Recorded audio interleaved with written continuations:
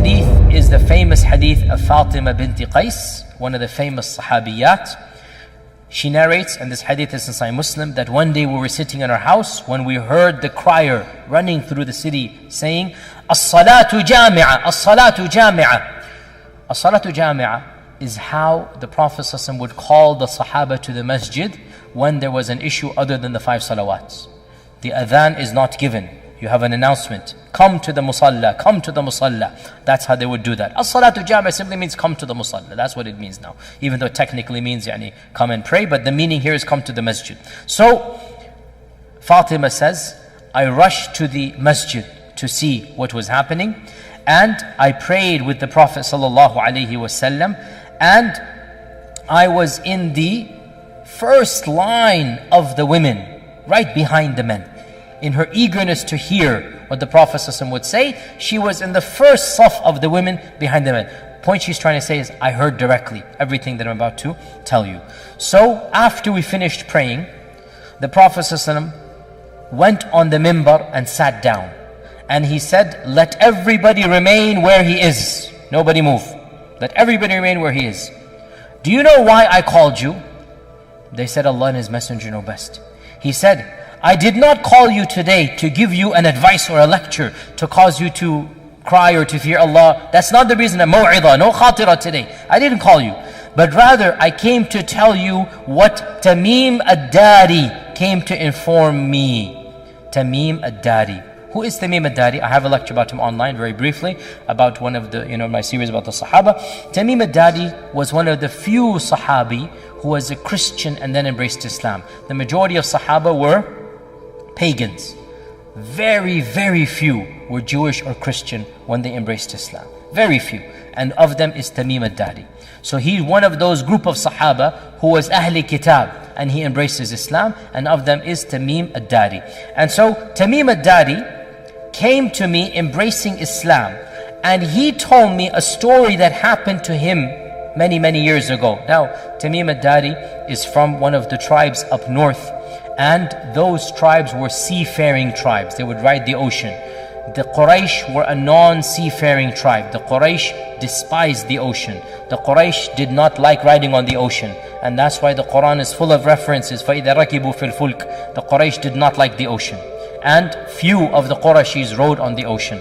And that's why when our Prophet ﷺ saw a dream where some of his own Sahaba were riding the oceans, conquering other lands, he laughed and he said, I saw my own ummah shall be riding on the waves like kings, riding horses and steeds, galloping, and they shall be conquering, oceans. And so Tamim ad-Dari, he came to embrace Islam, and he came in the 9th year of the Hijrah, and he came to in those days they sent the delegations to embrace Islam. And when he came, he told the Prophet ﷺ about something that happened to him many, many, many years ago.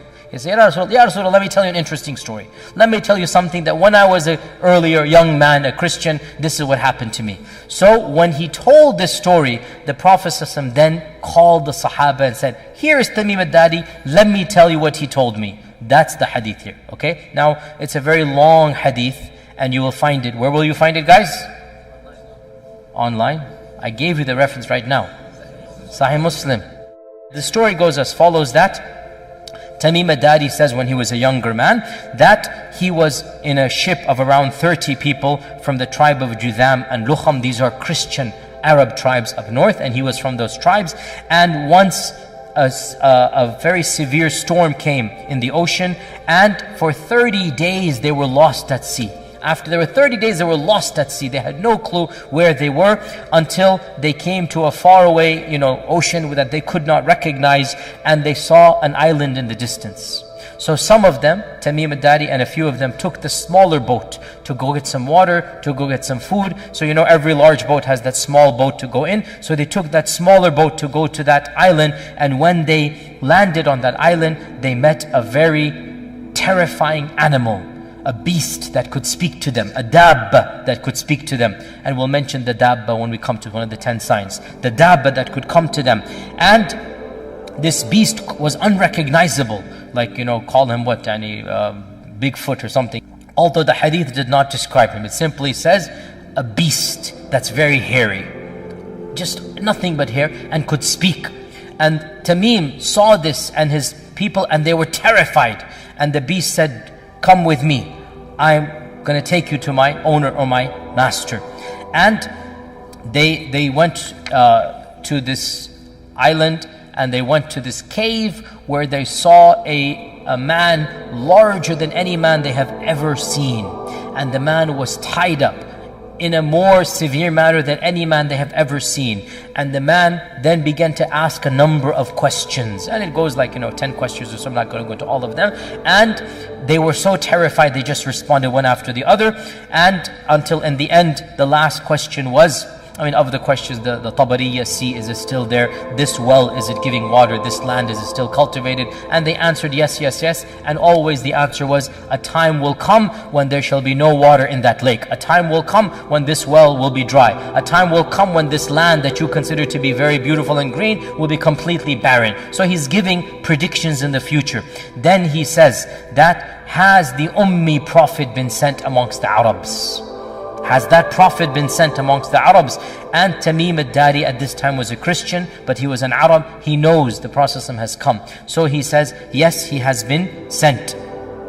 And he has come out from Mecca, and he has settled in Yathrib. Because he didn't call it Medina, because only Muslims called it Medina. For those 10 years when Islam was spreading, Yathrib and Medina were the same name, as you know, the same city. And the Muslims called it Medina, and the Munafiqun and the pagans called it the old name, Yathrib. And that is why we are not allowed as Muslims to call it Yathrib unless we describe it that this is the pre-Islamic name. In any case, so because the Prophet said they call it Yathrib and it is Medina. They call it Yathrib, so we do not call it Yathrib as a name. In any case, so Tamim al-Dari said he has settled in Medina. The Dajjal says, did the Arabs fight him? They say yes. So he says, who won? They say, sometimes he wins and sometimes the Arabs wins, meaning the Uhud. Uhud, they say, was a loss, even though Uhud was not a loss. From our perspective, Uhud was a stalemate. It was not a loss, but the Quraysh interpreted as a loss. Dajjal then said, if there is good in the Arabs, they should follow him. And I will tell you about me. I am the Masih. And it is only a matter of time before I am let loose. And when I am let loose, I shall visit every single city on earth in 40 days, except for Mecca and Medina, for they are made haram for me. Every time I come to them, the angels will stop me. Then the Prophet ﷺ stopped his lecture, and he began poking on the mimbar, like this to emphasize. And he said, this is Tiba, this is Tiba, this is Tiba. Did I not tell you about the Dajjal? And they said, yes, you did. Now this hadith ends over here. Now, this hadith is the famous hadith of Tamim al-Dari, narrated by one Sahabiya, Fatima binti Qais. And it is in Sahih Muslim, and its chain appears to be authentic. So, we put this hadith in a footnote, and we have a question mark, and we leave it at that. Allah knows best. I don't know. But mainstream interpretation, Imam al-Nawawi, Ibn Kathir, these scholars, they considered this to be authentic because this is Sahih Muslim.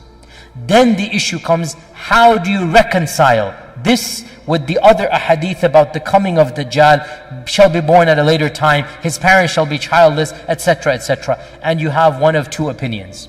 The first of them is that time and space mean nothing to Allah. And so Tamim al-Dari got lost in, let me speak in the language of Star Trek, and I'm a big fan of Star Trek when I was a child. They got lost in a different time warp. And so they traveled to a different time and place, and Allah is ala kulli shay'in qadir. And they saw an image of Dajjal projected from the future back to their time frame. And Allah ala kulli shay'in qadir. Okay, fair enough. And the other interpretation is that Dajjal is in fact alive and healthy, and that he was born and all of this happened in the past, and then he is being chained and kept as the hadith of Tamim says, and he shall be released in the future. Now the issue comes, the only hadith that mentions alive and healthy and chains is this one hadith of Tamim al-Dari. That's it. Every other hadith gives a different narrative. So you have two different narratives. Can we reconcile the two? Most scholars try to do that, but it's a very difficult fit. And that's why Shaykh Rashid Rida and Ibn Uthaymin and others, they basically said, look, this one, you have a big beautiful puzzle, right? You have one piece, is just not fitting in. And the puzzle seems complete. And yet you have in the box this piece. So you can say, maybe the manufacturers put this by accident. I'm being analogous here, right? Maybe this piece shouldn't have been in the box. It's just a mistake by one of the narrators. That's what they're saying. And the picture is complete. And the other scholars say, no, it's in the box. The manufacturer sent it, so I'm going to squeeze it in. There's a little space here, let me just put it in and shove it there, and khalas, we have a painting. Which version do you want to follow? I leave it to you.